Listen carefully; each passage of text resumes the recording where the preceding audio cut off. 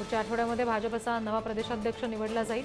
ही जी निवडीची प्रक्रिया आहे ती आता अंतिम टप्प्यात असल्याचं समजतंय। आणखी तपशील घेऊया। प्रतिनिधी सुशांत सावंत आपल्याशी जोडले गेलेत त्यांच्याकडून। सुशांत, कुठली नावं यासाठी चर्चेत आहेत? कुणाचं नाव आघाडीवर आहे?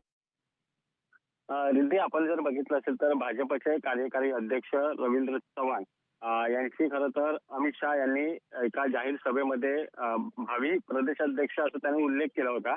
त्यामुळे रवींद्र चव्हाण हे प्रदेशाध्यक्ष होणार हे त्यावेळी निश्चित झालं होतं। मात्र आता जे आहे ते पुढील आठवड्यात त्यांच्या नावाची अधिकृत घोषणा जी आहे ती केली जाणार आहे आणि यासाठी महाराष्ट्र भाजप प्रदेशाध्यक्ष निवड जी आहे ती आता अंतिम टप्प्यात आलेली आहे। यामध्ये आपण जर बघितलं असेल तर केंद्रीय मंत्री किरण रिजिजू यांची महाराष्ट्र भाजप प्रदेशाध्यक्ष निवडीसाठी नेमणूक करण्यात आलेली आहे। ते आता मुंबईत येतील आणि त्यानंतर ते मतमतांतर घेतील आणि त्यानंतर अधिकृतपणे रवींद्र चव्हाण यांच्या नावाची प्रदेशाध्यक्ष म्हणून ते घोषणा करतील अशी आपल्याला माहिती मिळते।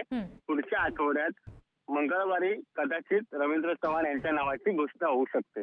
रिद्धी, धन्यवाद सगळ्या तपशिलांसाठी सुशांत।